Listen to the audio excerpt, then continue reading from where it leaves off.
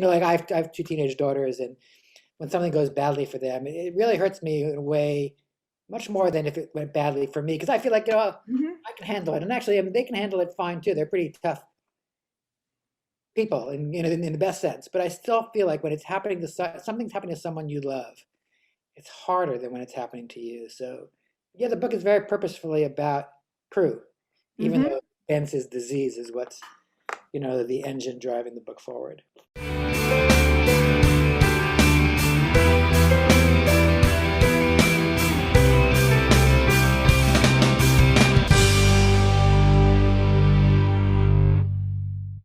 Welcome to Book Reporter Talks To, where today's guest is Joshua Henkin, and we're going to be talking about his new novel, Morningside Heights, which is a #1 Indie Next selection and a Book Reporter Bets On selection. I absolutely love this book. I'm so looking forward to talking to Joshua. So welcome. Thanks for joining us today. Thank you, Carol. I'm really thrilled to be here. I'm really so happy. So let's start with your telling us a bit about Morningside Heights.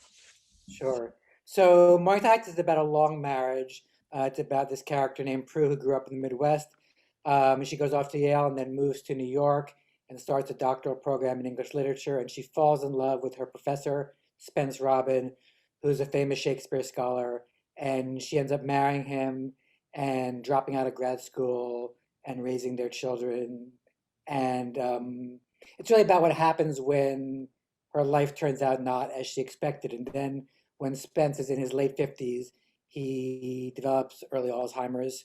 And so she becomes a caregiver. So, it's a book that sort of, the Alzheimer's diagnosis starts the book, but it is really a book not about Alzheimer's, but it's a book about a family, a marriage, and, love over the long haul.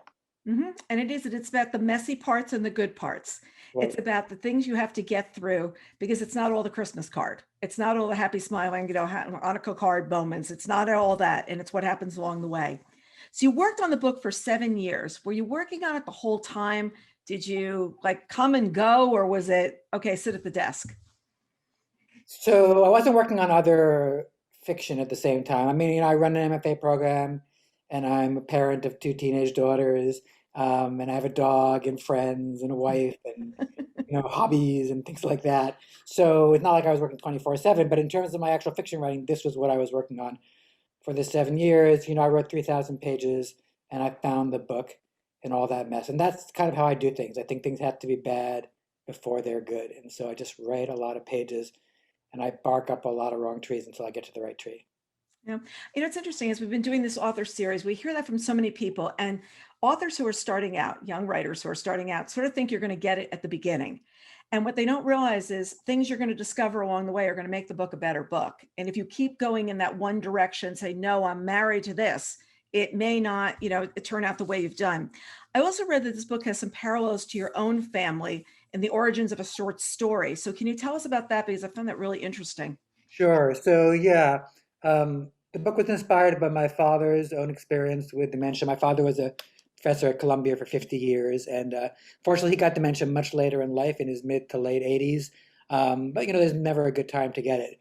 But I think what really interested me, well, I was interested less in his experience of dementia than I was in the experience of his wife Prue and his kids and his friends and colleagues, like what the quote healthy people Mhm. do when they are dealing with a loved one who's not well. And when my father was in decline, my mother started to go to a class, I believe it was at the Jewish Community Center on the Upper West Side of Manhattan, for caregivers.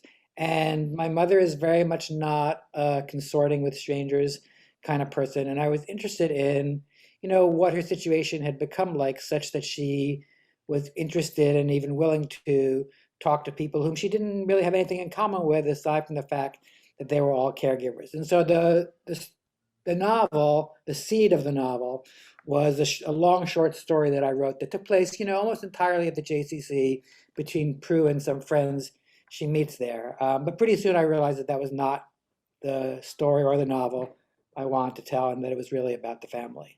Yeah, it's about the family. And Prue is such a strong character. It was very interesting because she dated much older men. So then when she started dating Spence, it was like this was a guy that was almost her contemporary. He was 6 years older. This was something completely different. And very early, readers have formed a picture of Prue. You know who she is. I mean, I saw her immediately coming off the page. And what we learn of her informs so much of her later behaviors, of what's going on. I get the feeling that you really loved writing her. I get the feeling that you, not that you didn't love all the characters, but I feel like you had some sympathy for her, some understanding of her, and we're really trying to understand where she had her lot in life and where she was going to go with that lot in life was one of the big themes that I saw going through the book.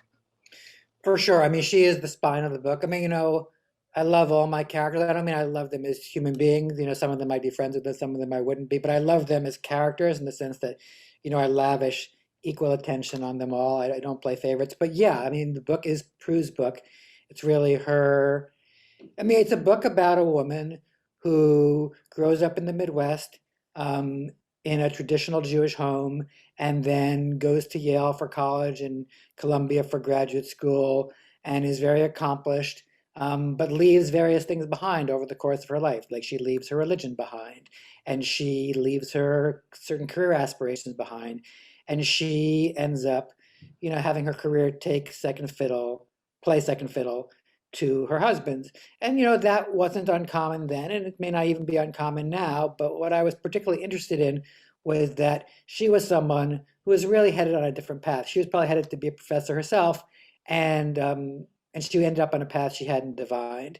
And, I was more interested in her experience of her husband's Alzheimer's than I was in Spence's own experience of Alzheimer's. Because Prue is someone, and as you said, Carol, she always dated older men. And although Spence is only 6 years older than she is, he's kind of like metaphorically Mm-hmm. older than she is. He's a little, he's already well established in his career. He's a young, hotshot professor, and he's also got a kind of older soul. And so I think she really hitches his star to him. And then when that star fades because of this illness, she really has to reinvent herself. So I was really that was really the inspiration for the book. Is what is it like to follow a woman as she matures from childhood to young womanhood to middle age, and what is it like to follow that woman as life throws her some things that she hadn't anticipated. And I think the book really shows how she kind of makes the most of things in ways that are interesting and that probably would have surprised her if I'd spoken to her before she experienced what she experienced. Exactly. And you write poignantly about the effects of Alzheimer's in the family. What robs the people of so much of what they want to do, but it robs the whole family of that. It's not just the person. And Prue for so long covers up what's going on with Spence. Like let me make sure that this person, and she's working on his dignity being preserved. And it was such an important thing to think about in a marriage of if something like this happens, what are you going to be there? You're going to love the person, you're going to care for them, but their dignity is such a big part of it. And when that moment is that she's called in, that he has to walk away from his career, it's such a big moment for her of how is she going to do this and make him feel good about it and still feel good about himself, though he's slipping away, though he is slipping away so much.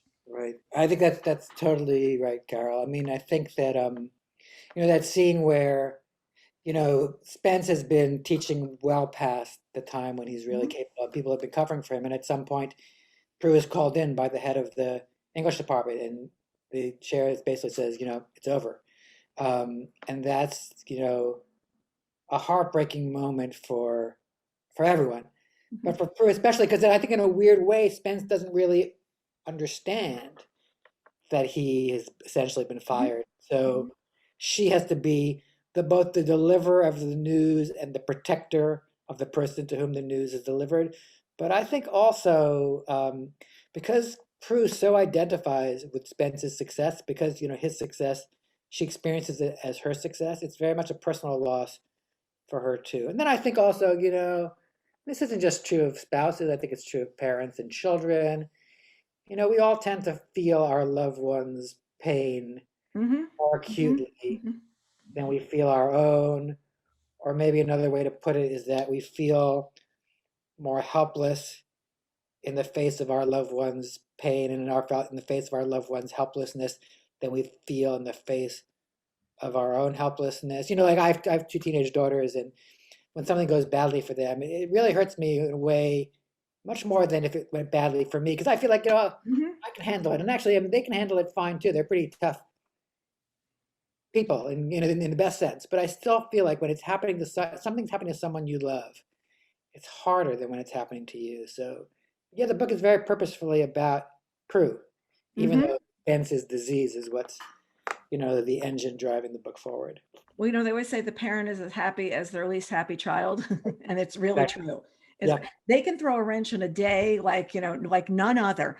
But I felt that the pacing, the sections that with Prue, the tension builds like in your writing. It's very carefully paced, and I saw that and appreciated it.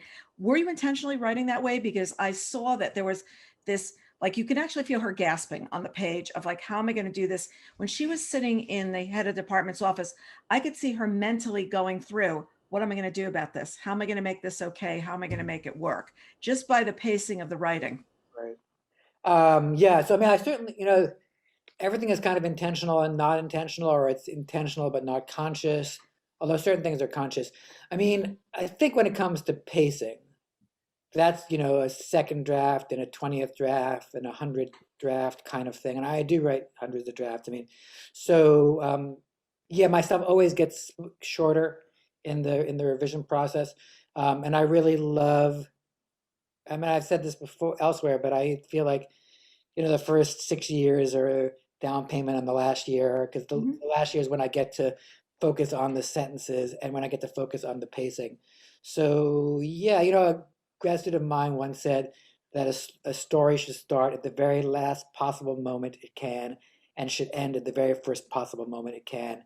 And he wasn't someone who wrote particularly short stories, but I think, you're really trying to distill things and get the essence of things, and you want that excess flab um, to go. So yeah, the pacing of the book was something that was really important to me, and that came through many stages of revision. Yeah, but then there's a character that found his way much later into the book, which is Arlo, which is Prue's stepson. And we talked to him about a little bit about that and I mean, he brings so much to the book in a lot of ways because well, tell us about how he came into the book later, and then we can talk about who he is. Right. So in many early drafts of the book, he wasn't there, and at some point, I said to myself, what if Spence had an earlier marriage, and what if he had a son from that marriage? And I thought, nah, that doesn't sound right. But I also believe really firmly that you should try things. Like, you don't know if things are wrong until you actually put them on the page. And it's really bad to self-censor too early. So I just wrote a chapter with Arlo. And the book just took off. And like, even though Prue, I think you're right, is the backbone, she is the central character in the book. In some ways, Arlo is at least as important because he is he's sort of the proverbial black sheep. Arlo, so Spence had a previous marriage that was short and kind of disastrous. They had a son, Arlo, and he and his wife divorced when Arlo was 8 months old. And so Arlo has essentially been raised by his wayward mother, and she's kind of a hippie type. She wants to poop in all 50 states, and so Arlo goes with her wherever she goes, and she kind of lands in all these random places. And his life, as he experiences it, and I think he's right to experience it this way, is kind of random. Um, but for a couple of years, he comes to live with Prue and Spence, and those are kind of, I mean, I bet say they're disastrous 2 years, but as with everything, it's more complicated. Mhm. Some ways it's great, but in other ways it's disastrous. Arlo is dyslexic. Does not succeed by the standards that his father values. His father spends a lot of time trying to build Arlo's vocabulary and quizzing him on SAT words, when that does prove to be a disaster for both of them.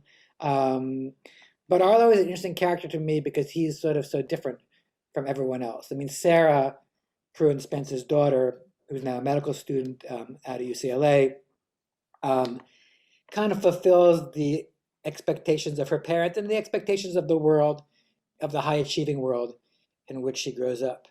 Arlo does not succeed by those standards, although ultimately, in certain ways, he outstrips everyone because depending on what your measure is, but he ends up doing very well in the tech world, makes a lot of money, and I don't want to give away things about the book, but Mhm. he's in some ways instrumental in trying to find a medical solution for his father's, medical conundrum. And so, but I think emotionally he's very interesting to me because he has a real chip on his shoulder. He's really angry and really aggrieved on one hand, but he's also really vulnerable. And, he kind of wants this, he's desperate for his father's love and also wants to stick it to his father. And he's kind of desperate for his sister's love and his stepmother's love, but wants to stick it to his sister and his stepmother. He's kind of the live wire Mhm. in the novel. And there was something about writing him that just made the book really, for me, as the writer, take off. I think it's because what you were saying is everybody else was doing what was expected. Pru was doing what was expected. Spence is doing, daughter's doing, everything's doing it. So you bring on this somebody who's constantly outside the box. He craves attention. But he craves the stability his mother couldn't offer, but he's not going to say that. And at the same time, he's bucking authority. And I love that he's working in the bookstore, which is a lovely nod to independent booksellers that I totally got that you did. And it gives readers a look behind the scenes in the store. But it also could have been any job. And I thought that this was a way to express your love of indie stores, that you plunked him in there. And then he just did his own thing in the store. He was filing wherever he thought things belonged because he couldn't even read the words. Right. So yeah, I mean, I wouldn't say it. So I certainly love writing scenes that take place in independent bookstores. My father stocked his books at independent bookstores. My brother has worked at independent bookstores. I've, spent so much time in independent bookstores. I should have drawn a paycheck from them, but since I wasn't an actual employee, I didn't.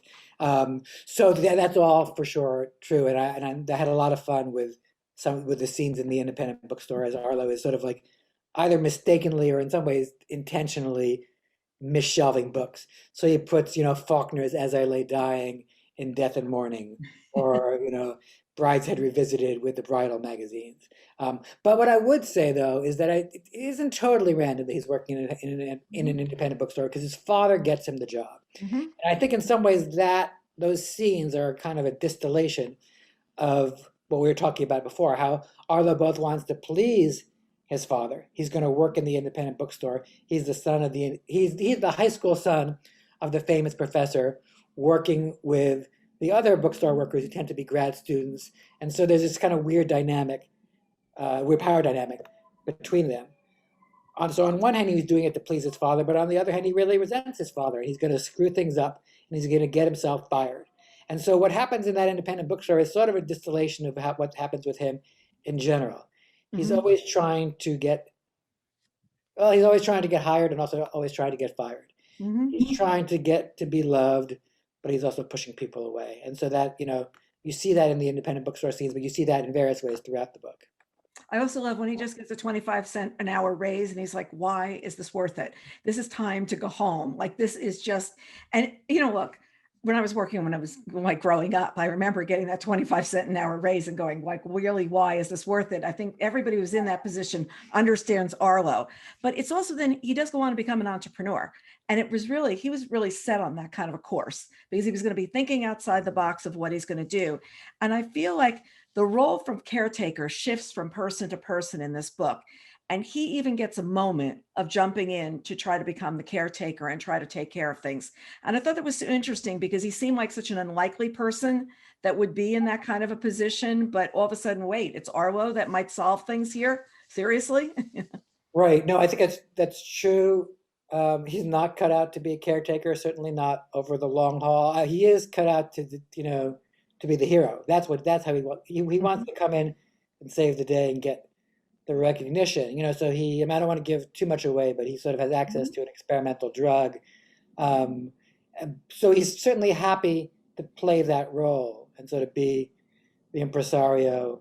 But if he's asked to go hang out with his dad and take care of him for a few hours, he's not up for that. That's too much for him in various ways. So he's a very particular kind of like high profile caregiver. Exactly.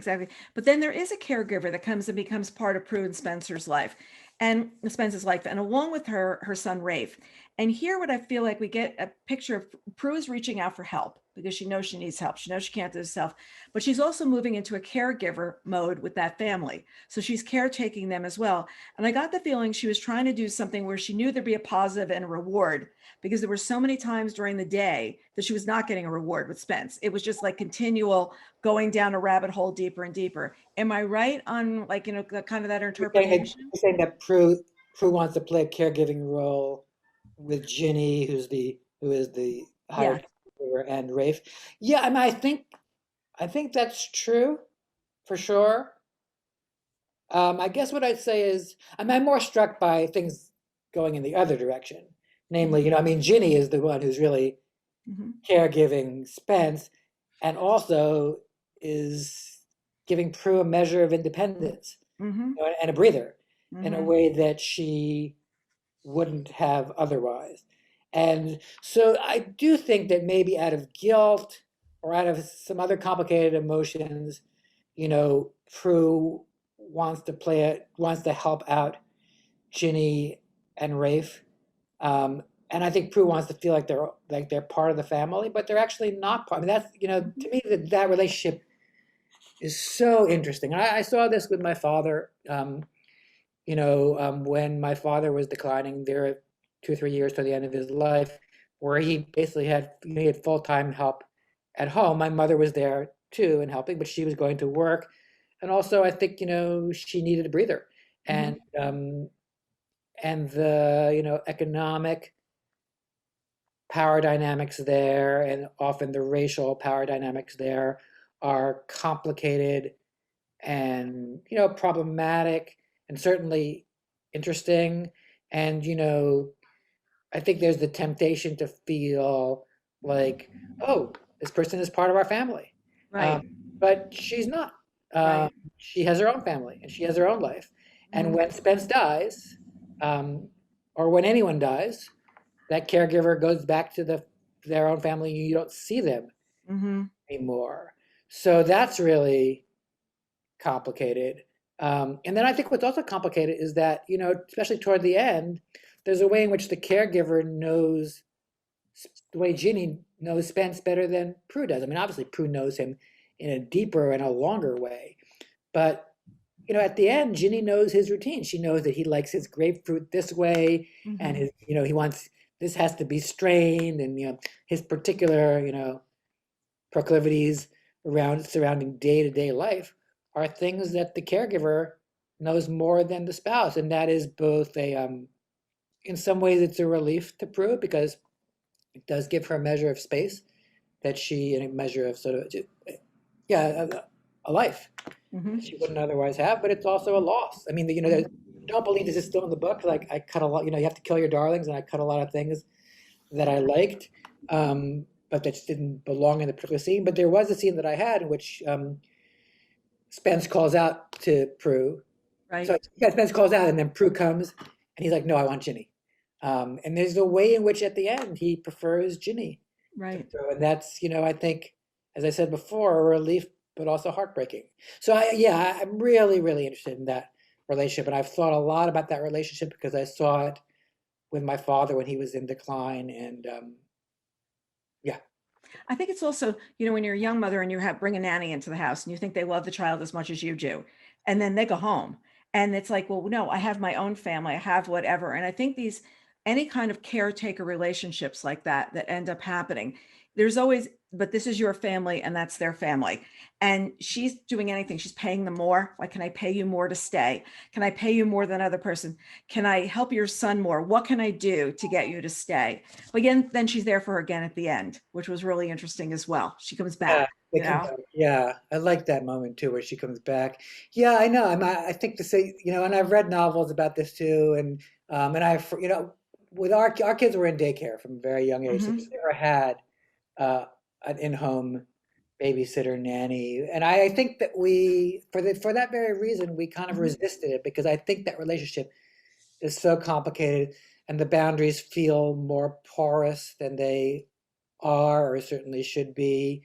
Um, and I do think these situations with our families, with our children, with our partners, in moments when people need help, like children are are in various ways helpless because they have limited autonomy, but then Mm-hmm. eventually they have more autonomy. And then at the end of our lives, for many of us, we have less autonomy and we become helpless again. I think that, those relationships with our family, it really it tests a lot of people's liberal values. I feel like, I think Prue, wants only the best for Ginny. And I think she also feels conflicted about a world in which has so much more privilege Mm-hmm. and opportunity Mm-hmm. she has because of her education and her wealth and her race. I mean, in her any number of things. Um, but I think that when she's, when she's in the throes of things, um, I think she can start to act more entitled and more demanding, and I think she will say things that would startle her. And I think this happens to a lot of people that, yeah, their values get tested. Mm-hmm. Yeah. And, It's like, yeah, what do you believe in gets tested. What do you believe in? What do you feel? And right. how far are you going to go? And also, are you at a breaking point? And I think that a lot of times it's just because I just can't do this. If I have to go find somebody else right now, it's going to be too hard for me to do. There's another character that we get to know, but we don't really get to know, which is Enid, which is Spence's sister. And she's like this window into the past. Like she gives us, so tell us a little bit about her and how she came about, because she has a role, but it's a very different kind of a role. Yeah, she's one of those. She's a really hard character for me because she's really not on the page very much, and so she doesn't occupy a lot of real estate in the book. And she's Spence's older sister, um, who was in a car crash when she was a teenager and becomes brain damaged as a result. And has basically lived out much of her life in an institution. And but even before that, she was kind of the wayward child, and Spence was the golden boy. Um, and the reason she's important is because I think there's a way in which Spence experiences himself. He kind of raised himself. That his parents were red diaper babies, and they were handing out leaflets for the Communist Party on the Lower East Side of Manhattan. And he had this sister who wasn't around, and then she got in this horrible accident. And I think he was really left to his own devices. And there's a way in which I think it seems to him and maybe to the reader, like he kind of emerged into the world fully formed. Mm-hmm. And so Enid is sort of, the way in which he is protective of Enid um, gives us, shines a light on a certain vulnerability he has, and shines a light on his childhood that we don't have access to otherwise. But it's a hard character to write because she's not there much and because she's brain damaged. You don't want to turn her into an object Mm-hmm. of pity or derision or whatever kind of object. You want to individuate her the way you individuate every character. So she was a really important character to me, but I needed to create, sorry, that's my phone in the background. I needed to make her come alive with, only a few short brushstrokes. Yeah, yeah, and it was because you could actually see her, and there's a pivotal moment at the end of the book. There's a pivotal moment that ends up happening with her. Keeping kosher is something that comes up more than once in the book, and I love that it's something that Prue's raised on. She fights, she protests, then she heads back to, and I love when she has, what is it? The people that come in to clear the house. What was the two They come people? in to kosher the house with the blowtorches. Exactly. They come in and they do that. Were you raised in a home that kept kosher? I was, yeah. So in some ways, my experience is the flip of what Prue and Spence's experience is, in that so in the book, Prue is raised in an Orthodox Jewish home, and Spence is raised secular and very adamantly secular. My home, my father was the son of a well-known Orthodox rabbi. My father was Orthodox, till the day he died. My mother, although she wasn't like adamantly secular, grew up in a Reformed Jewish home, a more culturally Jewish home. And so I grew up with like a mixture. We did keep a kosher home. We kept a Sabbath observing home. I went to an Orthodox Jewish day school. I went to a conservative summer camp, but I also spent some summers in Aspen, Colorado, where my mom was working at the time, riding horses, and no one had met a Jew. So I feel like I grew up in a family of contradictions in a lot of ways, and I think that's kind of rich fodder Mm-hmm. for a novelist. I think it totally works in the novel going like that. And also last week, a new Alzheimer's drug was announced. It's the first, I looked it up since 2003. And I was picturing Pru reacting to that news. Because I finished the book and just trying to figure out what hope that brought to so many people last week after reading this book of, is this the light? Is this the thing? Or are we just going to be disappointed again of something that we try and it just doesn't work? Like, I don't, yeah, sorry, I don't know how much you read about that drug, but yeah. well, I'm not a doctor, but it's the efficacy seems pretty dubious. The FDA advisory panel recommended that it not be approved, but the FDA did approve it. So, well, but the interesting, yeah, yes, I did think about my book, in relation to that.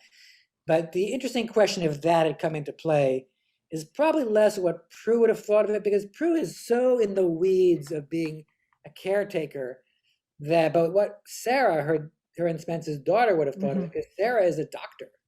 Right. And so Sarah has the medical expertise that her mother doesn't have. And I think that would have been interesting, because Sarah would have been confronted with a drug that she might have been pretty dubious about as a doctor, while as a daughter of someone who has Alzheimer's, she might have wanted to grab onto the life raft of whatever limited hope there was. And so she in general plays that dual role that's complicated, of having a professional expertise. She's not a neurologist, but she did neurology rounds. She has professional expertise of some sort in this area, but this is a personal thing for her. And so I think if that drug had come about in time for the novel to be written, it would have, to me, been most interesting with respect to Sarah and how that would have played out between Sarah and Pru. Yeah, because I think that almost people last week that was announced, it was like there's a cure, and it was like coming out like there, and you just realize there's, look, beyond the headline, there's a lot going on here. You remember the same thing happened with lung cancer a couple of years ago. Immunotherapy, people are going to be cured, and then you started to read what really happened with that. You had friends who experienced what really happened with that. But there are these headlines that are the attention grabbers that all of a sudden, oh, this is what's going to happen. I was just thinking about it playing against the characters. Right. You run the MFA program at Brooklyn College, a fiction program. I feel like a job like that could either motivate you or steal time from your writing. Do you have a set time that you write, and how does that go back and forth? Yeah, so it does. I guess it sort of steals time, but it more motivates me. In other words, I'm not going to be writing all day anyway, and I want to have a varied life, and even beyond teaching, I have two daughters and a wife and a dog, and I mentioned this before. So I love teaching, and I actually feel like I came to teaching before I came to writing. That I mentioned this in my launch last night in response to a question, but I always wanted to be a writer, but I also always wanted to be in the MBA, and at a certain point you realize you're not either tall enough nor good enough, and that's kind of how I felt about fiction writing too. But I was working for a magazine after I graduated from college, and I was the first reader of fiction manuscripts, and I saw how many horrible ones there were, and I thought, I didn't necessarily think I could do any better, but I thought if other people were willing to try and risk failure, I should be willing to try and risk failure too. And so I started to write, and I took some workshops, and I got my MFA. But I say all that as a way of saying that I was always instinctively good at figuring out what was and wasn't working in other people's stories. But it took me a while to learn how to do that myself. So I do have friends who are, who don't gravitate toward teaching for any number of reasons. Some of them are just like, they don't enjoy that role of being a teacher, and it's a complicated role for sure. And they don't enjoy it interpersonally. Some of them are just more instinctive writers than I am, and so like they're doing things in their work that's really interesting. But if you point it out to them, they're kind of like, oh, well, I guess so. They're kind of look ma no hands about their work. And I have learned to become more instinctive, intuitive, but I'm actually very much not look ma no hands kind of writer and kind of person. And so, so I really feel that teaching helps me every day. That I learn as much from my students as they learn from me, and that I've been doing this longer than they have, but we're all in the same boat. We're all paddling our leaky canoes together. And I'm also a relatively social person, and being a writer is isolating, and so I like having people to talk to and with about the process of writing. So I feel really grateful to teach, and I feel really grateful to my particular. I feel very fortunate to have my particular job, because we have a great MFA program, and our students are publishing their work and doing really incredible stuff. So I feel fortunate. So, but in terms of sort of how, yes, I do try to write every day. Try to write early in the day. Problem is I don't like to wake up early, but my kids, now they don't care when I wake up, but when they're younger, they woke me up early. So I learned to wake up a little earlier than I'm naturally inclined to do. Mhm. So yeah, so I tend to write in the morning. I keep a very careful log of the hours I write, the hours and minutes, and I have my grad students do that too. And we encourage our grad students to try to write 3 hours a day, 6 days a week. Mhm. And I feel like I like to keep, there's some people who are time people and some people are pages people or words Mhm. people. Mhm. What I mean by that is some people keep track of the hours, some people keep track of the words written. And I'm very much a time person because it feels to me more neutral. By which I mean, you put in the time, that's all you can ask of yourself. And sometimes what you produce is good, and sometimes it's terrible, and sometimes you think it's good and it proves to be terrible, and sometimes you think it's terrible and it proves to be good. But either way, that just feels very neutral. It's not Mhm. about product, it's about process. And obviously, I care deeply about the product, but I feel like if I focus on the process, eventually, if I stick with it, the product will take care of itself. Whereas if I'm too focused on the product as I go along, I get into all sorts of trouble. And sometimes you can write 3 pages in 20 minutes. Sometimes you can write 3 words in 3 hours. And I don't feel like writing 3 words in 3 hours is necessarily a bad day, because sometimes those bad days are investments in good days, and you need to have the days that are slow in production in order to get to the days that are faster in production. And so for me, it's really about treating it like a job, clocking in, clocking out, putting on my hard hat. And so I am a time person, Mhm. not a words person. But I have friends who count words, and that's great for them. Yeah, and I have some friends that were sprint writing. They could, because they had kids, and they said, we sit down, write 350, but if I do 350 10 times a day, I've got 3,500. Like, that's the way I Yep. have to do. That's the way I'm Yep. gonna have to do it. At what point do your agent and your editor see it? At what point do you say, okay, I think I can give this to them? Or is it still you're holding on to it? Yeah, I'm really compulsive, certainly on the sentence level. Um, and so I never want to let things out of my hands. I feel guilty for making I always tell my MFA students, you're producing 3 stories a semester, not going to be your best work. Just make sure it has a beginning, middle, and end, and it has to be bad before it's good. I believe all those things, but I have the luxury of not having to be in a writing workshop any longer. So my students have a deadline; they have to show their work. But I sometimes have a deadline if a book is under contract. But it's fiction, and so it's they want you to get the book right. So I really have the luxury of whatever time I need to get it right. And so I tend not to show my book to anyone. I have a few select writer friends who are my first readers, my agent, my editor. You don't want to show it to too many people. In part because too many cooks spoil the broth, but also because you show things to enough people, you will eventually get the response you want. Yeah. That's not the purpose. And so I have a few people whom I really trust, but I probably should show it to them a little earlier because, as I said before, I really love that revision stage, but sometimes I end up revising stuff, and the scenes are good as scenes, but they don't belong in the book. So I need to find that balance between, like, when I first started to write, and I was in writing workshop, I'm sure I was insufferable, and I couldn't write a paragraph without showing it to a friend. Now I've really swung to the opposite extreme, and I don't want to show it to anyone until the very last minute. And I think I would do better to.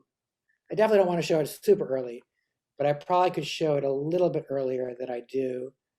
But I just, for some reason, don't have it in me. Don't have any to give it up. Well, it's also because, somebody like an Orwell will come later. Something like this will come. And sometimes it's just you sitting and working with the book.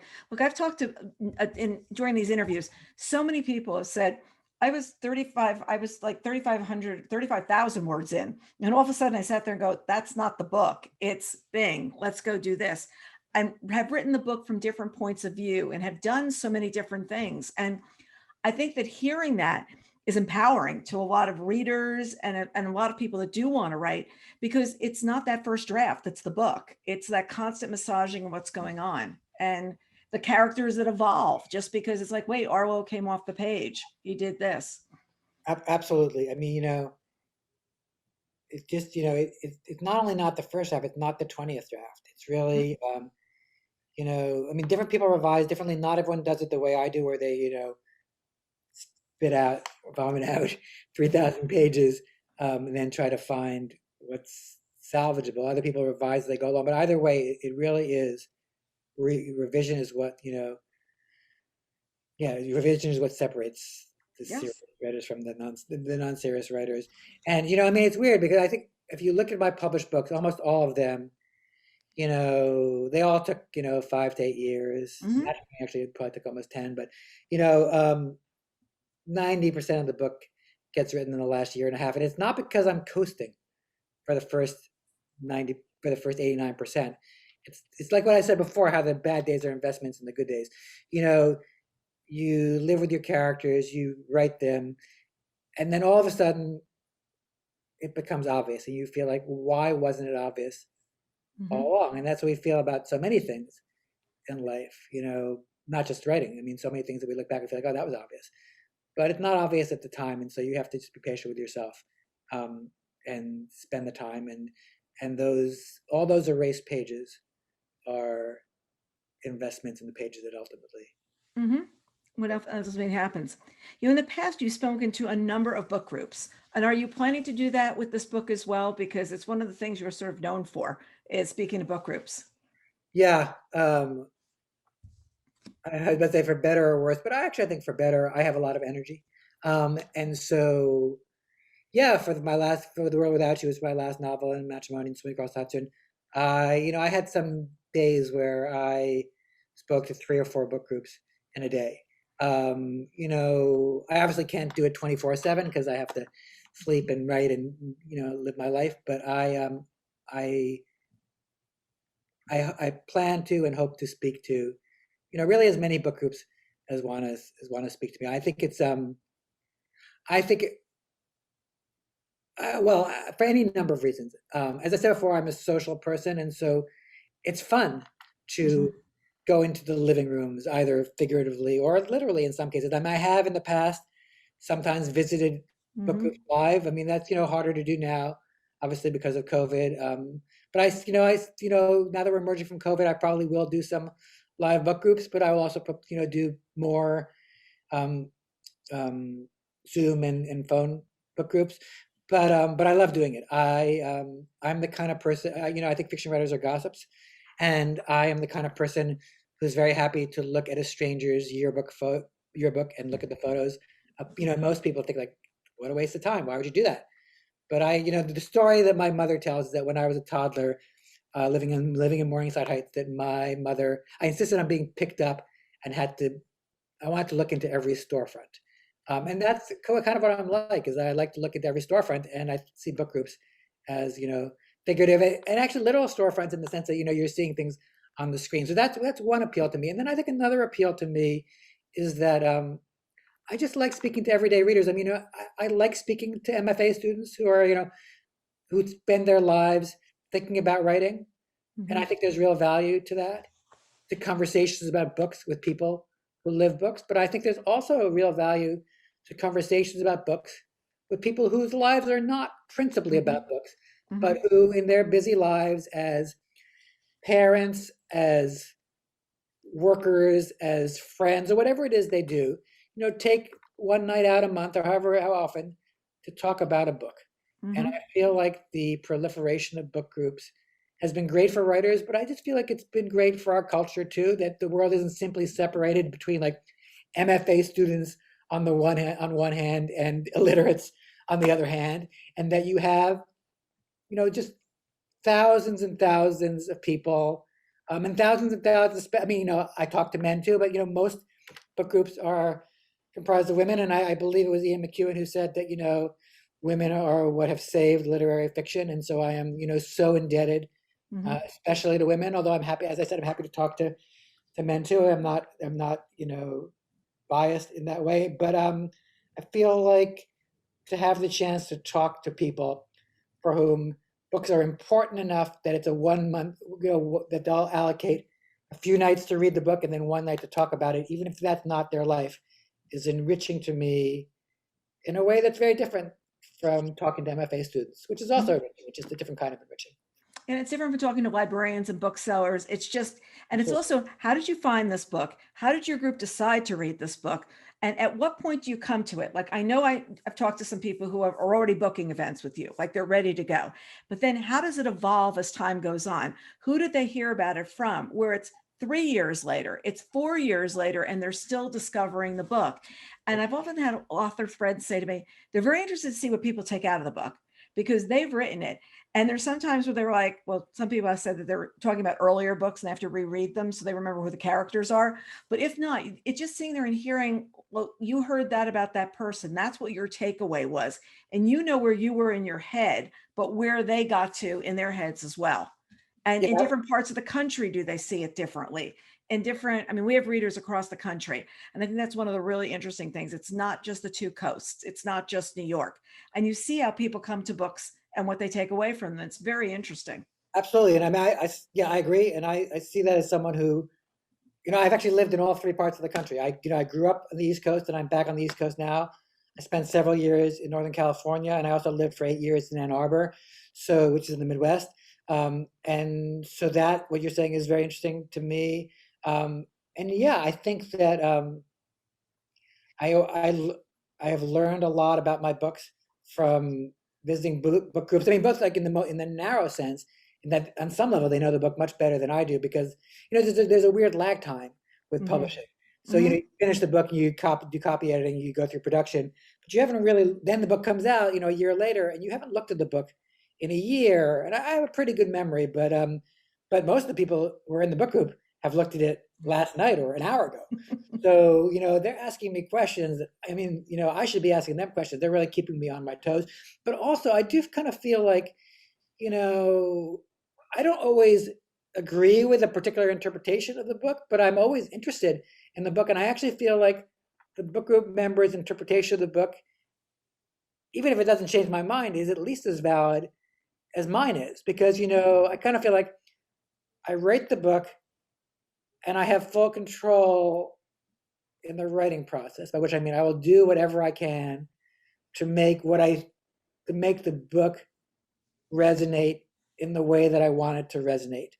But then it's out in the world and it has its own autonomy. And I mean, people make that analogy to children and it's trite at a certain point, but I think there's a truth to it. So like, sometimes in a book group, someone will say to me, well, what's the right understanding of what happens here?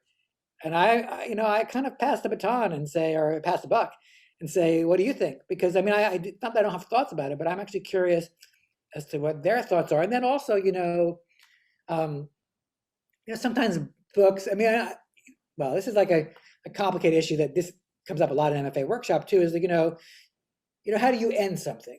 And, you want a balance between, you don't want things to be tied up too neatly so that Mm-hmm. everything is in a bow.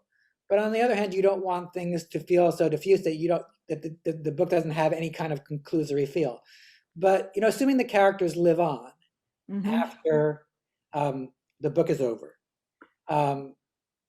what, reader book group members will say to me, yeah, well, what happens afterward? I was like, I don't know. I haven't written it, but you tell me. And actually, that is relevant for this book because I think what happens, say, Yes. with Pru and Walter afterwards Mm-hmm. is kept, ambiguous. And I think, Mm-hmm. things are sort of up in the air. And I think that's nice. That it allows the book group members and allows readers in general to contemplate the characters existing, even after the book is over. And then, in terms of what you were saying earlier about how people discover books, I do think that, um, that book groups are probably the principal vehicle for word of mouth these days. Mm-hmm. About Mm-hmm. that, 10 people in a book group, read the book and let's say 8 of them really liked it and they go to work or they go to the tennis court or they go to coffee or they talk to their college roommate and somehow it comes up that they just read a book that they liked or even if they didn't like it, that they found interesting in some way, and that Mhm. person's in a book group, and then they talk with their book group, or they'll say, spoke to the author on Zoom, and it was actually interesting because Josh wasn't what I expected. I thought that he was going, given the book, I thought he was going to be this way, but it turns out he's that way. Or I understand the book differently Mhm. because of, you know, talking with Josh on Zoom. And the person will say, well, do you have Josh's email? And say, yeah, I do have it. And you go to his website. I mean, I'm ridiculously easy to find. So I do think that is a way in which books get read. And so I really valued that sort of the circuitry of book Mhm. group, that sort of 6 degrees of separation that runs throughout the country. And so, yeah, I'm actually interested to hear from you, Carol, about this. Like, is your sense that people are starting to meet up in person again? Like, Yes. what's been the impact of COVID The on? COVID, what's really interesting is how quickly people pivoted to learn how to do Zoom. Like even the older people were like, we're going to learn how to do Zoom so we can meet with the book group. I mean, my mother is 92, though she'll not, Mom, you didn't hear me say that, but she was very quick to say, I want to be on with the book group. And first they were not meeting, then they went to get on Zoom. In even my book group, I'm in a group with a group of young moms who have been lucky enough that I'm lucky enough that they've embraced bringing me into their group. And we first met on Zoom and then we met outside, and now we're getting to the point where, oh, okay, we can not wear masks, or we can be a little bit more comfortable around each other. And I'm seeing, we actually asked a question on Book Reporter last week, and we asked people, are you ready to get back to in-person book groups? And I think it was something like 38% were ready now, or like ready to go out and to author events, would be the same kind of a thing. Right. And then there was a percentage, I think 12%, that said, nah, maybe by the end of the year. But I think it's going to accelerate very, very quickly when you see states are opening. I think that things are going to go from like here to here really, really quickly on what's going on. And I think people are missing the camaraderie that would happen with meeting in person. I know one of my friends is in Florida, and she said some people aren't comfortable in meeting in person, but they're moving their meetings back to that. And I think by September, we're going to see a shift in what's going on. I really do. That makes sense. And you know what I mean? Like, as I said before, um, most of my meetings are with book groups are on Zoom or by phone, but there is something about meeting in person. It's just a different dynamic. I mean, you're there, Mhm. people are eating together. Um, so I totally understand why people want to get back. Yeah, I remember when we were doing our book group speed dating event last year. I remember you reached out to your publisher and said, look, I will give galleys of this book away. And you knew that was the conduit in. If people were reading the book, they were going to say, I would like to go discuss this with my group. And I think it was really important for you to have realized and said, just put my name on the slide. I'm happy to do this. Yeah, And there are not a lot of authors would sit there and say, that's what I'm really interested in doing, because you're giving a product away. But also, that there could be 8, 10 people after that will jump on board, you right. know? And I think that's absolutely true, Carol. And I think I do take the long view of things, and that sometimes there'll be a book group that only two people show up, and Mhm. the Zoom connection is bad, and you spend an hour and you feel like, was that really an hour worth spending? But I don't, I sort of feel similarly to how I feel about the writing process, is that if you break things down into those little chunks, you're never going to go anywhere good. And so I don't look at this book. So here's a very different example. So my last novel, The World Without You, was turned into a movie. Mhm. I had a very big film agent looking to get that book sold to film, and they did not manage to sell it to film initially. How did it get sold to film? It just so happens that I talked to a book group randomly in Chicago, and it just so happened that one of the members of the book group was married to an actor turned producer who was looking for a new project. She liked the book, gave it to him. He bought the rights. The movie was made. Um, so you never know what's going to happen. And Mhm. I kind of feel like, I also feel like, I mean, I do have to be mindful of my time, but I also don't feel like my time is so precious, so that if I spend an hour and the discussion isn't what I'd hoped for, it's like, okay, so big deal. Go So on. Yeah. yeah, so to me, Next. it's very much about like looking at the big picture, and I love to talk to as many book groups as possible. That's like me answering reader mail. People say, you still answer reader mail, you know, somebody, and I said, no, this is what it comes down to. I said, when I was 13, I wrote Paul Simon's office, and there was a woman, and her name was Peggy. No, her name was Sally. And she Assuming wrote me back. you mean Paul Simon, the Yeah. musician, not Oh, Paul yes. Simon, the Paul senator. Simon, the musician. And I wrote his office, and I wrote so many handwritten notes to Sally, and Sally answered me. And I actually tracked her down on Paul's, like, the end of his last tour, found her out in California to thank her. And I said, you don't know what that meant to a 13-year-old kid. And I answer email, and I keep Sally in mind, because Sally Moore was the person who answered all of my little, and I still have those, which are really funny. Like, I see the things that I wrote her, and she hand wrote the notes back, like right on them. It was very, very good. But that's the kind of thing where it mattered to you that you were getting answers to what was going on. You know, I want to just talk about the cover too. Was the title always Morningside Heights? I'm trying to get this sharp in the light. Yeah, the title was always Morningside Heights. You know, I got to say, and I can say this because I obviously TikTok. I adore this cover. Mm-hmm. It's famous. I mean, well, I mean, it's so often that the case that that authors don't like their covers, and there's a lot of negotiation. The art department will present one cover, and the editorial department is for some reason, I'm not sure. I don't understand that dynamic exactly. Lives in fear of the art department, and they're hoping the writer likes the cover, because if they don't, they have to go back to the art department and say the writer didn't like it, and it just it just feels like a very loaded thing. And I just have to say, this was the first cover they came up with. There was something slightly different about the original version, but it was easy to adjust. Which is the color of the dots was originally a different color. Mm-hmm. But we switched the color of the dots, and I think it's an amazing cover.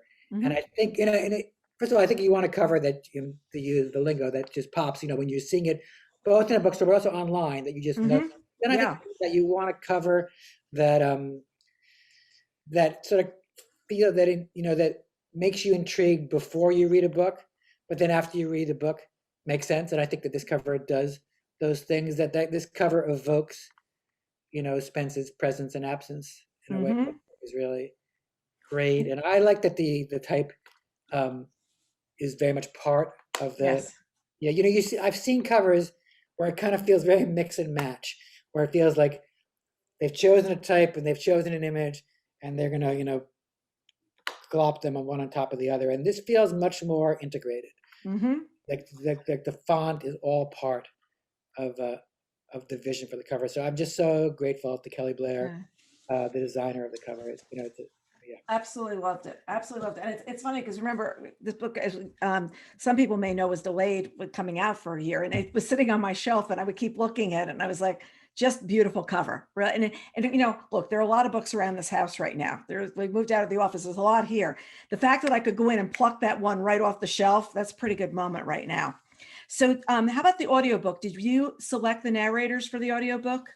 I did not select the narrator, but I was, but they consulted me. In other words, they had a particular narrator, and they described her background, both her personal background, like why the world in which she was from, and why that the subject matter and the voice of the book would work with her and for her, and also her experience doing audiobooks. And yeah, I mean, I really trusted. So I was not intimately involved. I really trusted them, and I haven't heard it yet. But yeah, I listened to the intro today, and it sounds like there are two narrators. There's Kata Mazur and Shane Baker. So I want to hear like how the two voices. I'm just definitely try and get a copy of that. Yeah.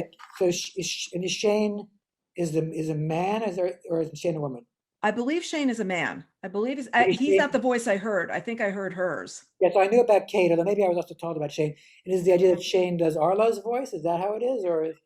I didn't listen to the whole book. It's also possible. I could be wrong about this, but it's also possible that it's principally Kate, and Shane may do like the Yiddish at the end, because there's maybe. So because Shane was the person that I was told about. So yes, how did it sound to you? It sounded good. She was really, really terrific.